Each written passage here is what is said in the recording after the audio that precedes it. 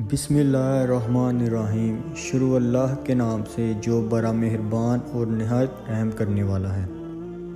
دوستو، آپ کو ہم حضرت علی رضی اللہ تعالی عنہ کی وہ حکایت بتاتے ہیں جس میں آپ نے شبان کے چاند کا خاص عمل بتلایا ہے۔ کہتے ہیں کہ ایک شخص حضرت علی کی خدمت میں حاضر ہوا اور کہنے لگا، میں تھوڑے وقت میں زیادہ دولت مند ہونا چاہتا ہوں، زیادہ امیر ہونا چاہتا ہوں۔ کیا کوئی ایسا عمل ہے، ایسی دعا یا ایسا راستہ ہے جس میں میں کم زحمت اور کم وقت میں زیادہ دولت کما لوں اور میری تمام پریشانیاں ختم ہو جائیں؟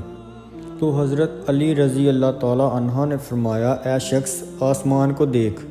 اس نے جیسے ہی آسمان کو دیکھا تو آپ رضی اللہ تعالی عنہ نے فرمایا، تمہیں کیا نظر آ رہا ہے؟ اس نے کہا، اے امیر المومنین، کچھ ستارے ہیں اور یہ چاند چمک رہا ہے۔ تو آپ نے فرمایا، یاد رکھو، یہ چاند انسانوں کے لیے رحمت، کامیابی، شہرت اور دولت کی نشانی ہے۔ یاد رہے کہ جب رجب کا چاند آسمان پر نمودار ہوتا ہے تو میکائیل بھی اس کے ساتھ نمودار ہوتے ہیں اور کہتے ہیں کہ چاند انسانوں کے لیے خوشخبری ہے۔ اور یاد رہے کہ اللہ تعالیٰ نے کچھ مہینے ایسے رکھے ہیں جس میں انسانوں کے لیے بلائی ہے۔ انسانوں کی پریشانیوں کو دور کرنے کے لیے ان مبارک مہینوں میں سے ایک مہینہ شبان کا ہے۔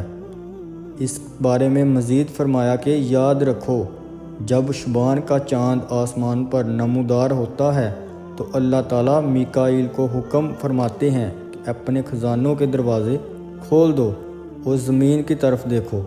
اس لمحے میں جو کچھ مانگے اسے عطا کرنا۔ اے شخص، اگر تم بھی چاہتے ہو کہ زحمت کم ہو اور دولت مند ہو جاؤ تو تم بھی شبان کا چاند دیکھ کر 3 مرتبہ سورۃ فاتحہ پڑھ لینا اور اللہ سے دعا کرنا کہ اللہ پاک میکائیل کو حکم دے کہ وہ اپنے خزانوں میں سے مجھے بھی دولت عطا فرمائے اور میری مفلسی اور پریشانیوں کو دور کرے۔ اس عمل کی برکت سے اللہ کے کرم سے تمہارے لیے آسمان سے رحمت اور برکت نازل ہوگی اور تمہاری تمام پریشانیاں ختم ہو جائیں گی۔ یاد رہے کہ بعض وقت اللہ کے ہاں خاص قبولیت کے ہوتے ہیں جس میں اللہ تعالیٰ اپنے بندوں کی دعاؤں کو قبول فرماتا ہے اور بندے پر ایسی رحمت کی نگاہ کرتا ہے کہ اس بندے کو مالا مال فرما دیتا ہے، اس کی زندگی کی پریشانیوں کو ختم فرما دیتا ہے۔ اسی لیے چاہیے کہ بندہ اللہ تعالیٰ سے ہر وقت دعا مانگتا رہے اور اللہ کی رحمت سے کبھی مایوس نہ ہو، کیونکہ مایوسی بہت بڑا گناہ ہے۔ آپ صلی اللہ علیہ وسلم تاجدار مدینہ، دو جہاں کے لیے رحمت، آپ نے فرمایا، مایوسی ایک بہت بڑا گناہ ہے، اس سے بچا کرو۔